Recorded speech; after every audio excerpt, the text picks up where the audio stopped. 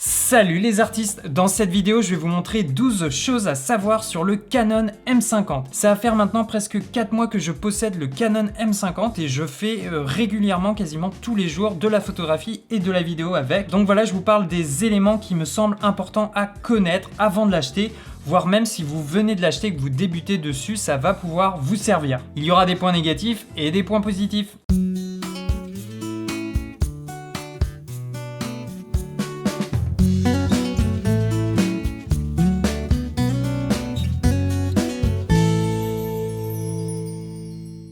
Première chose, le M50 possède une entrée mini jack, mais l'entrée mini jack va venir bloquer l'écran LCD si vous l'utilisez à 45 degrés vers le haut. C'est un peu embêtant, il va falloir ramener l'écran, le tourner à 90 degrés ou 180 degrés et le remettre en position pour passer sous la prise mini jack. Deuxième chose à savoir, quand on filme en 4K, le M50 perd son dual pixel qui est son autofocus et il repasse sur un autofocus à détection de contraste, ce qui est pas terrible quand il y a du mouvement, il galère vraiment à vous trouver dans l'image. Donc je vous recommande plutôt le mode manuel en 4K ou alors le 1080 où là vous avez un dual pixel de compétition. Numéro 3, quand vous utilisez le viseur, vous pouvez déplacer et choisir en même temps avec l'écran LCD la zone de mise au point. Pour ça, assurez-vous que dans le menu, le toucher déplacement autofocus soit bien activé. Ensuite, numéro 4, le M50 possède un autofocus à détection de l'œil.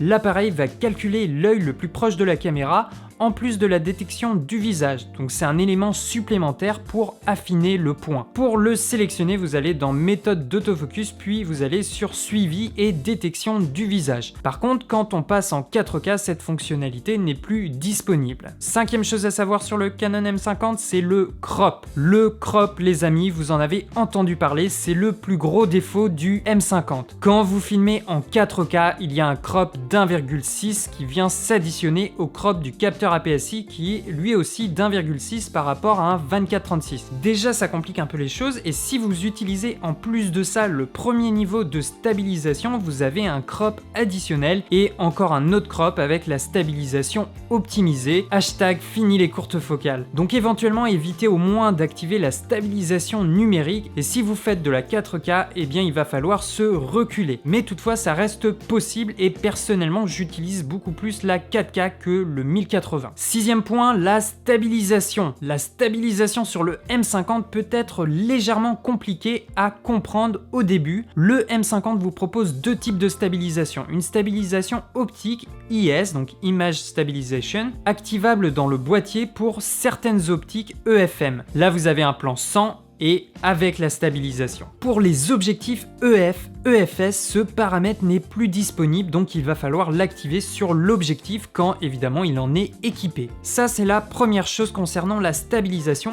Ensuite, le M50 va proposer deux niveaux de stabilisation numérique. Par contre, cette stabilisation numérique, je ne vous la recommande pas trop, c'est déjà un crop supplémentaire et ça ne va pas forcément rajouter beaucoup plus de stabilisation à votre plan.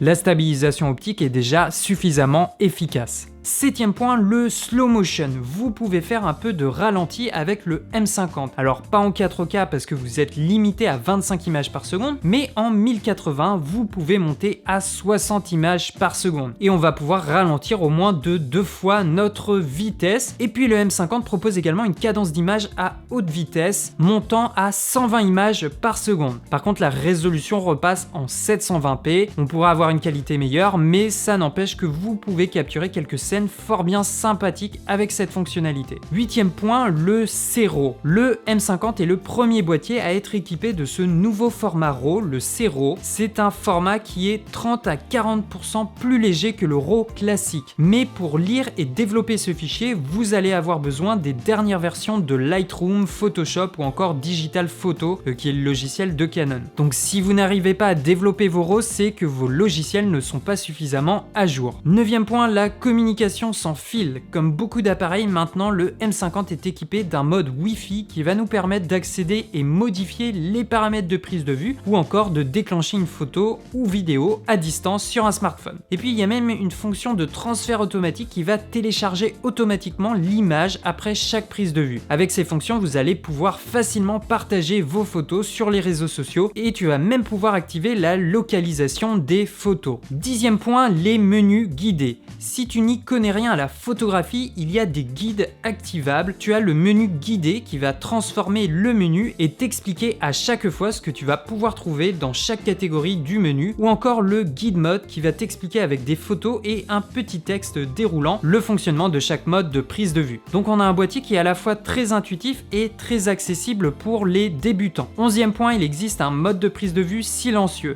Alors celui-là, j'ai mis un peu de temps à le découvrir. Voilà le bruit du déclencheur en mode classique. Et pour passer en silencieux, il va falloir aller sur le mode de prise de vue scène donnée, donc SCN.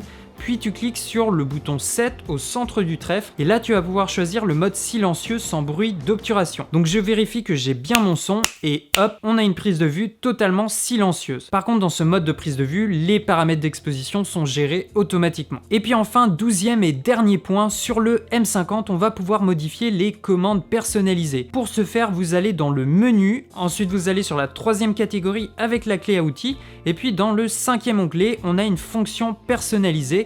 Et là, vous allez pouvoir modifier la commande de chaque bouton selon vos préférences. Et puis, vous allez aussi pouvoir créer votre propre menu personnalisé avec, par exemple, les réglages que vous allez utiliser le plus souvent, tout simplement pour gagner du temps. Voilà selon moi les 12 éléments à connaître sur le Canon M50. J'espère que la vidéo vous a plu. Moi je vous expose les points qui m'ont été contraignants et les points intéressants qui méritent également d'être mis en lumière. Et l'idée c'est de vous aider à vous faire un avis sur cette caméra et à savoir si c'est une caméra qui pourrait vous convenir. Personnellement, pour vous donner mon avis, pour l'instant c'est mon boîtier principal que j'utilise quasiment tous les jours et j'en suis bien content. Il y a des défauts, ça c'est indéniable, mais un peu comme toutes les caméras. Et puis d'un autre côté, ça t'oblige à faire avec ces défauts et donc ça te pousse à te débrouiller pour essayer d'avoir la meilleure image, pour pallier ce problème de crop en 4K, etc. Donc il y a toujours des solutions. Je t'invite à me dire dans les commentaires ce que tu penses de ce boîtier, si tu l'as déjà acheté et comment tu t'en sors. Et puis si tu as des amis, tu connais des personnes qui possèdent ce boîtier, n'hésite pas à leur partager cette vidéo. Sans quoi vous connaissez la routine, mais je la redis quand même, si tu as apprécié la vidéo, tu peux laisser un petit pouce vers le haut, à t'abonner à la chaîne si c'est pas encore fait, peut-être que tu es nouveau sur la chaîne, dans ce cas-là, bienvenue, et puis à activer la petite cloche des notifications pour être le premier au courant de l'actualité de la chaîne, et puis ça aide à faire reconnaître la vidéo plus rapidement par l'algorithme YouTube. On a passé il y a pas longtemps les 4000 abonnés, c'est vraiment génial, et ça fait super plaisir de voir qu'on est autant de passionnés autour de cette thématique, la photographie, l'image, la vidéo, les caméras, et je sais qu'on est encore beaucoup plus et qu'il y en a qui se cachent, donc n'hésitez pas à partager les vidéos et le bouche à oreille, c'est également très important, ça aide à faire connaître la chaîne. Et puis l'objectif de cette année, je vous rappelle, ça serait vraiment incroyable qu'on atteigne le palier des 10 000 abonnés. Je pense qu'on peut le faire, mais pour ça j'ai besoin de vous, on y va fort, on partage et on en parle. En tout cas, moi je suis toujours autant motivé et c'est grâce à vous, au retour que vous me faites sur les vidéos. Donc le programme, il continue, c'est toujours pareil, on avance et on avance. Allez, ciao les artistes!